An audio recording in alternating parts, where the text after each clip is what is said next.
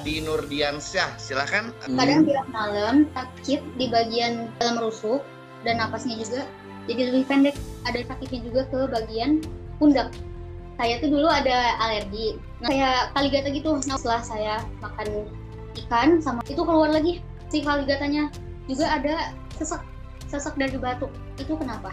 Jadi alergi sama sesak ini berhubungan dengan paru-paru. Karena apa?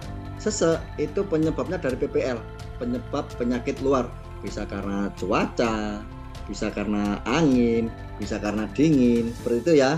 Sedangkan alergi itu bisa dikarenakan PPL juga, bisa dikarenakan pola makan juga. Kita ambil di korespondensi paru-paru sini.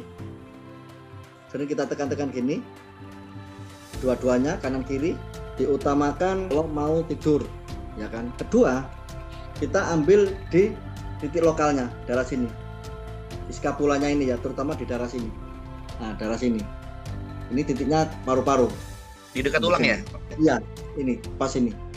Nah, Oke, ini sip. titiknya paru-paru semua ini.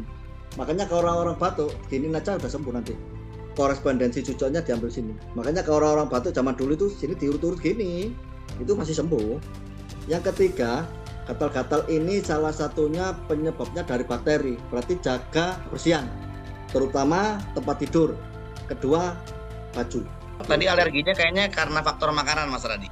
Apapun yang berhubungan dengan gatal-gatal, sebelum faktor makanan, kita harus jaga kebersihan dulu. Karena gatal-gatal itu berawal dari kebersihan semuanya. Jadi kita makan makanan apapun yang makanannya bernyawa pasti gatal, karena bakteri ini sudah masuk ke pori-pori kita.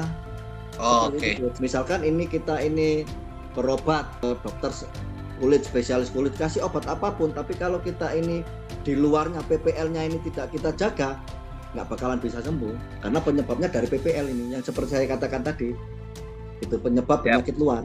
Nah, penyebab penyakit luar itu bisa area sekitar kita karena kurang bisa menjaga kebersihan, ada debu, terus bakteri nempel di tubuh kita, bakteri masuk lewat pori-pori kita, seperti itu, Bos. Ya. Lah debu ini akan menyerang ke organ paru-parunya, akhirnya terjadi defisiensi paru-paru.